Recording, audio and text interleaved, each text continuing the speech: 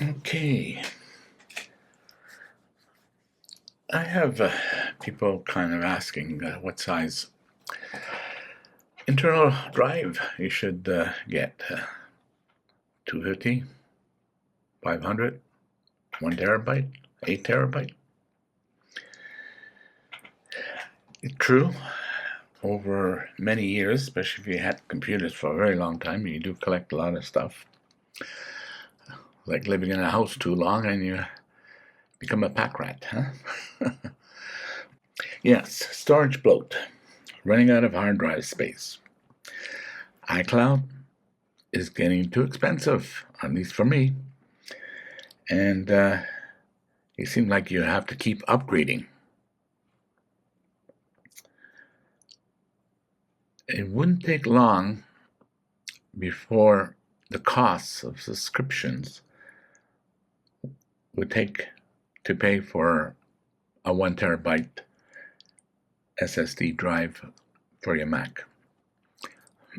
I find 1 terabyte is a good compromise, though sometimes I feel 2 terabytes, but I resisted, stuck with my 1 terabyte, and implemented or expanded my previous steps that I've used to keep my drive space free for real work.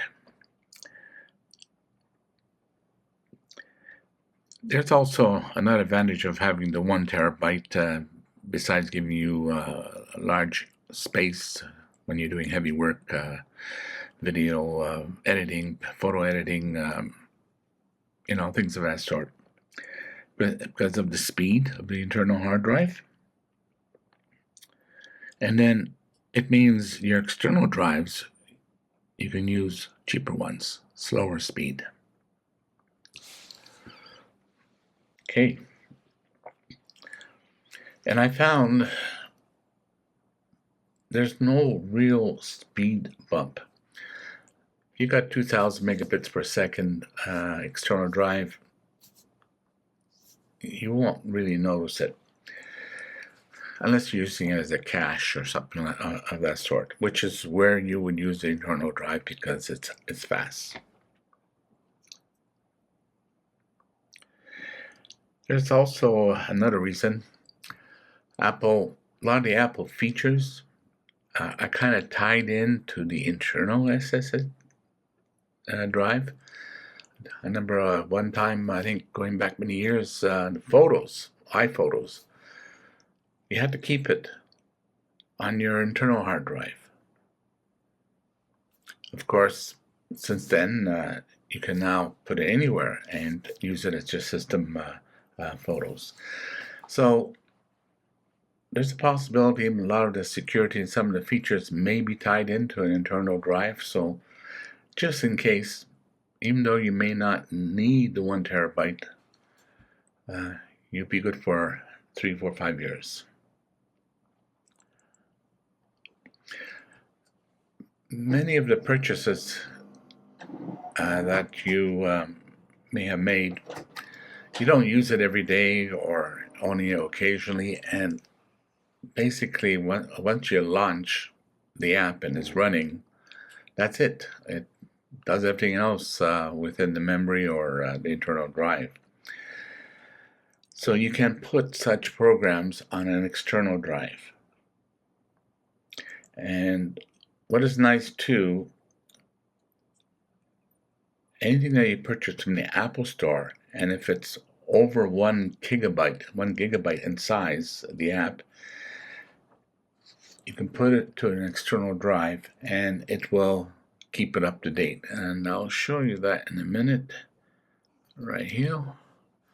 If you go to App Settings,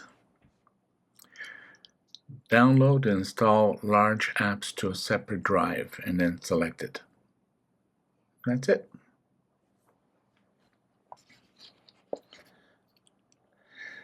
Now, as for the rest of the apps that are less than 1 gigabyte, Apple, I remember one time they used to check the external drives, all the apps that you may have had for updates, but that's gone. Now updates are dependent more on the provider, whoever purchased it, with a setting. And Apple, well, if it doesn't qualify to be an external drive, it has to be on your internal drive. Now you can use alias, and it will tell you need to update, but it won't auto-update an alias. But at least you'll be informed if that's the case. How do I reduce my storage on my internal drive? There are 2 or 3 programs that I've been using for years. One I really love is Notebooks. That's Notebooks with an S at the end by Alphonse Schmidt. There's other apps very similar spelling, so be careful you don't fall for that. I've used it for years. I kept up with all the updates and upgrades. Interestingly, I have not always used it for what it was designed mostly. And it is great for work. All my files, I have a folder which I by default create notebooks. All my files, my database, accounting, research, presentations, notes, whatever, I keep in this folder called Notebooks on my MacBook Pro. It could be on an external drive or it could be on my internal. Usually it's on my external. At one time it was internal. And I can sync this to all my other devices. For example, I have a copy of all this on my iPad. I have a copy of this on all my iPhones. And it's exactly as my Book Pro. So if there's stuff that you need to access a lot, whether if you're on a phone or for your iPad, you got it. You're not using iCloud It's 11 space. o'clock. You're being totally independent of iCloud. I think I have something like, 30 gigabytes or more in this folder. Even some of the databases that I use for FileMaker. Yeah, it's great. And once in a while, I will sync it and will knows which are the latest and oldest and updates all your apps right across all your devices. So all that space is now on an external device. Okay. There's another thing. I have some devices, they're older, like an iPhone, for example. I think it was an SE. I don't use it for cellular service. I just have it beside the bedroom as a clock or something of that sort, or some other home control, Dyson's, whatever.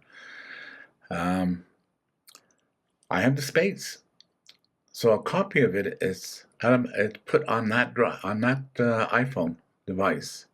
So I'm basically using my iPhone as iCloud, but it's my iCloud.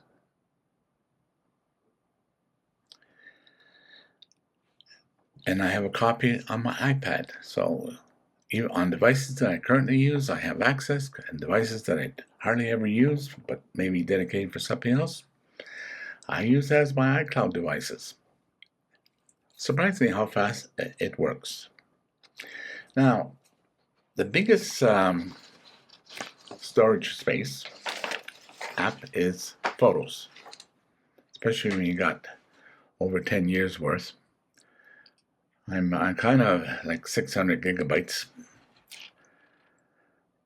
So what I have done is I've moved my photo album to an external drive, and I launch it from there and go to Settings, General, and choose it as System Photos. You can do the same with music if you have a large library of your own.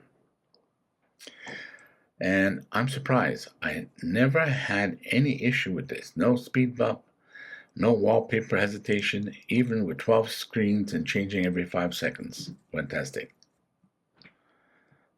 Which is, I think I have right now 1 minute, I think, for this video. Okay. So that's another space that you just made available on your internal drive. I do have some time capsules, about 3 of them. I think only one I use for another computer for backup. The rest for testing, and they're kind of semi-retired. They are very slow. And they would slow down your system if you got lots of time capsules going in the background. And it's also my understanding that Apple is going to disallow the use of time capsule with macOS 26.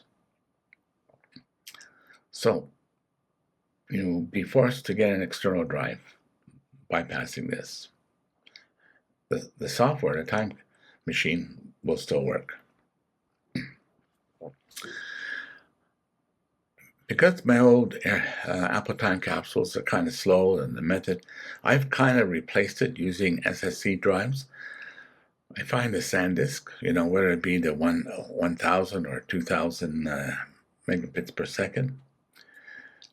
I have several connected to a USB hub, and I use the Apple Time Machine to back up.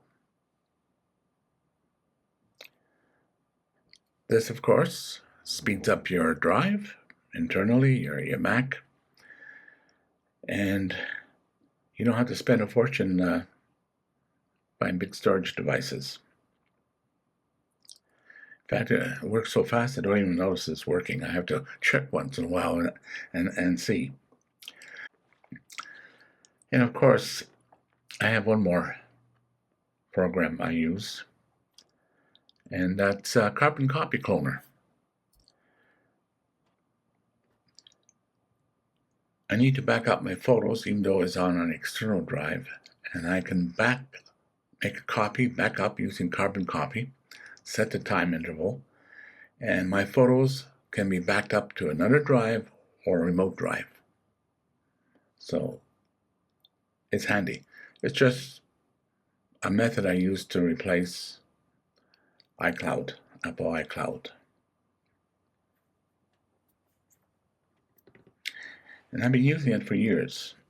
Kept updating and upgrading the app. It has lots of options, settings, selection, intervals. I won't spend too much time on it, but if you're concerned about loss and want to get away from the iCloud cost, this is one option.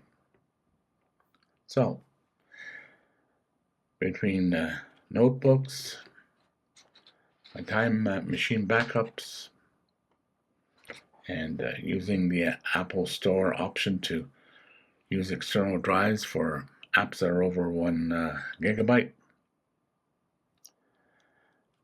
using my old devices, I have backups, and no iCloud is needed.